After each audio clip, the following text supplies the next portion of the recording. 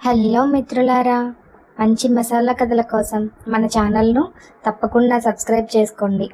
అలాగే కథను పూర్తిగా వినండి, చాలా ఇంట్రెస్టింగ్గా ఉంటుంది. నా పేరు సరోజ. నాకు పెళ్ళయ్యి 10 సంవత్సరాలైంది. 2 పిల్లలు. నా భర్త ఒక మోతుబరి రైతు. మాకు ఇంట్లోనే పాడి పంట ఉన్నాయి. నా వయసు 32. తిండికి బట్టకి లోటు లేని కుటుంబం మాది. కానీ నాకు ఒక్క విషయంలో మాత్రం అసంతృప్తి. మా వారు నన్ను ఎప్పుడూ పూర్తిగా సంతృప్తి పరచటం లేదు. ఆయన చాలా తొందరగా పని కానిచ్చేస్తారు. నా గురించి అస్సలు ఆలోచించరు. కానీ నేను అలానే సర్దుకుపోయి బతుకుతున్నాను.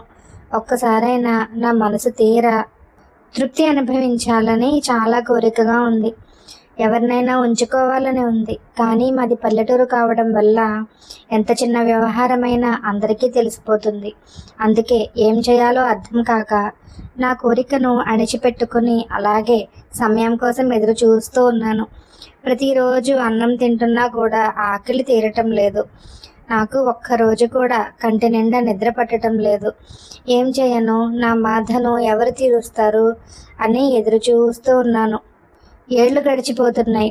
ఇలా జరుగుతూ ఉండగా ఒకరోజు మా ఇంటి పక్క ఇంట్లో ఉండే సరళ వచ్చి కూర్చుని కబుర్లు చెబుతుంది.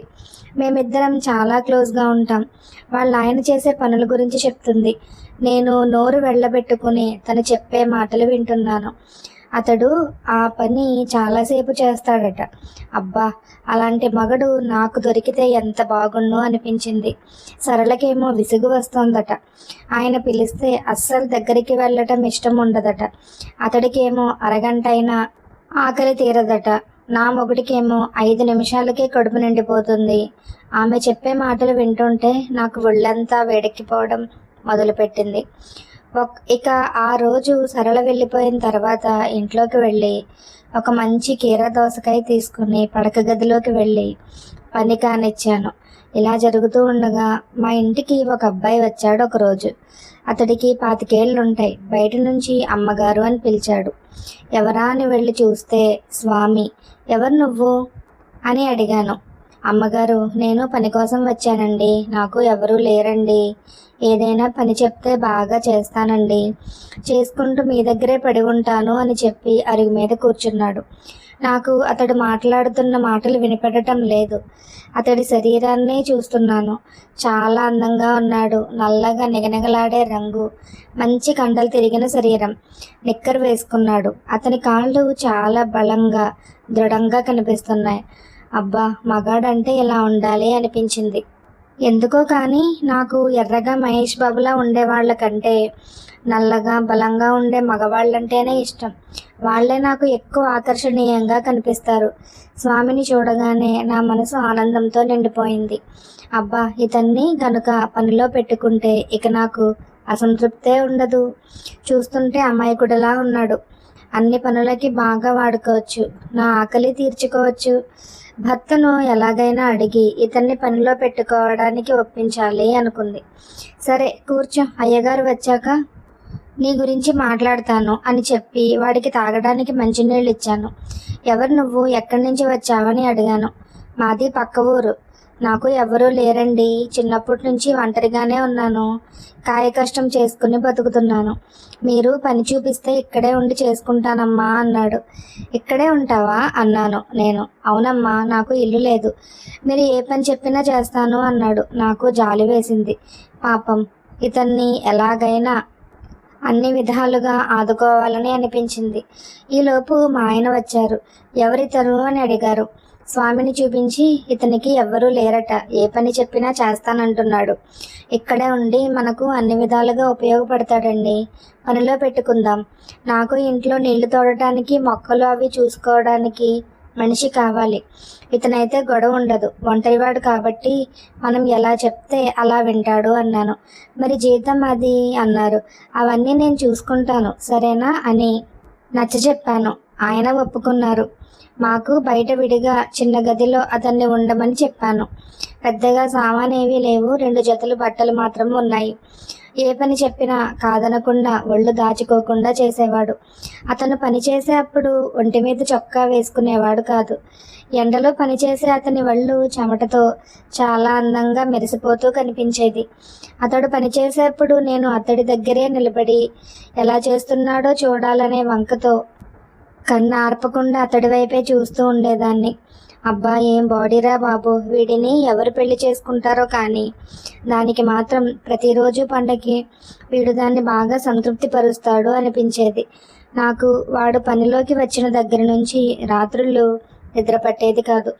ఒంట్లో సెగలు రగిలేవి. వెళ్ళి వాడు పడుకునే గది తలుపు కొడదామా అని ఎన్నోసార్లు అనిపించేది. కానీ దానికి ఇంకా టైం ఉందని నాకు నేనే నచ్చ చెప్పుకునేదాన్ని.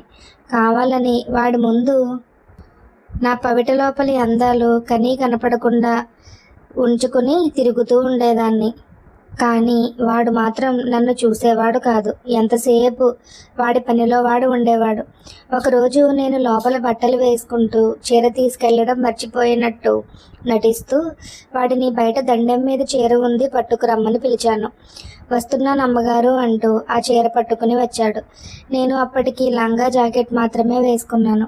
వాడు చీర తీసుకువచ్చి నా ఛాతీ వైపు అలా చూస్తూ ఉండిపోయాడు. ఏంట్రా అని అడిగాను. ఏం లేదమ్మా, ఏం లేదు అంటూ తడబడుతూ అక్కడ నుంచి వెళ్ళిపోయాడు. మెల్లగా దారిలోకి వస్తున్నాడు అని నాలో నేనే నవ్వుకున్నాను. వాడు నా ఎదురుగా ఉన్నప్పుడు చీర మోకాళ్ళ వరకు దోపి మరి వాడు ముందు వంగి పనులు చేస్తూ ఉండేదాన్ని. వాడు నన్ను చూడాలని, అలా చూసి వాడికి నా మీద కోరిక పుట్టాలని. ఒకరోజు నేను వంగుని బట్టలు ఉతుకుతూ ఉండగా వాడు నన్నే చూస్తున్నాడు. నేను అనుకోకుండా వాడి వైపు చూసేసరికి వాడు చూపులు తిప్పేశాడు. ఏంటి స్వామి అని అడిగాను.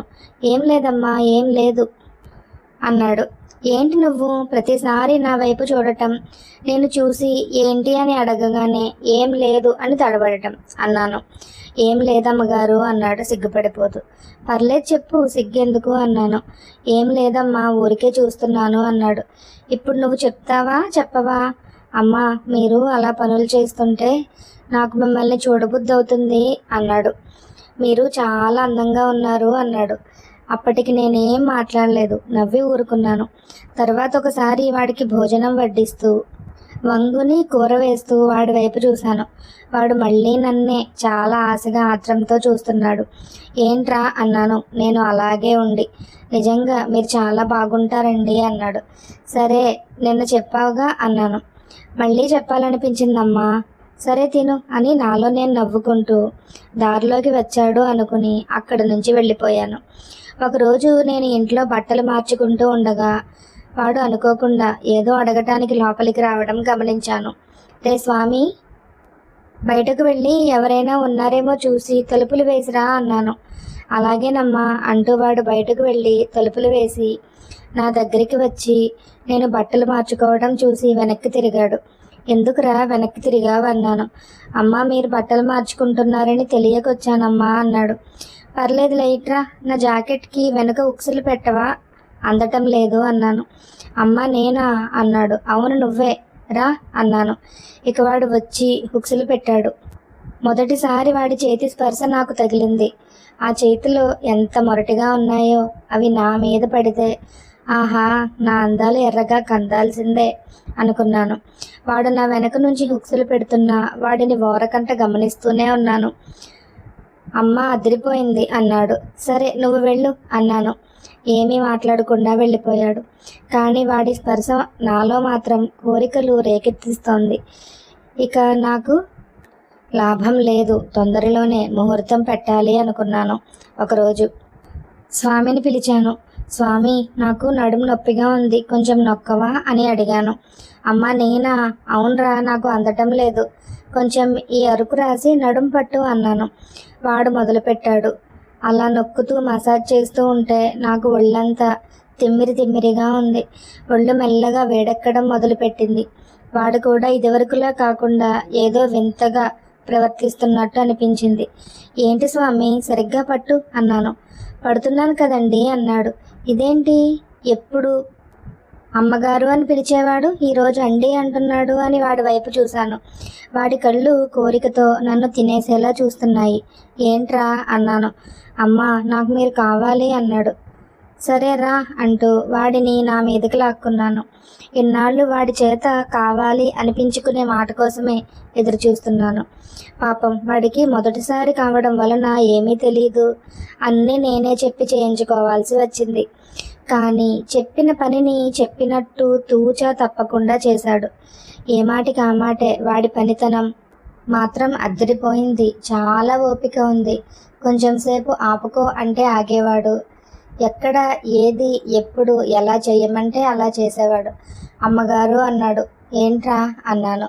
మీది చాలా బాగుందండి అన్నాడు. ఓహో, ఇంతకుముందు ఎన్ని చూసావేంటి అన్నాను. ఏమీ చూడలేదండి, కానీ మీరు బాగున్నారు అన్నాడు.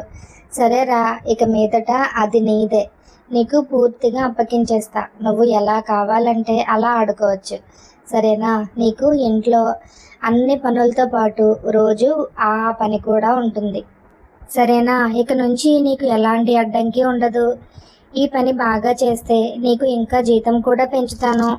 కానీ మీ అయ్యగారి ముందు మాత్రం జాగ్రత్తగా ఉండు. సరేనా? ఇక నుంచి నీకు నాకు బోలెడు పని. మంచం మీదే పడుకుని హాయిగా సుఖంగా చేసుకునే పని. నీకు మంచి పిల్లని చూసి నేనే పెళ్లి చేస్తాను. కానీ నువ్వు మాత్రం నా దగ్గరే ఉండాలి.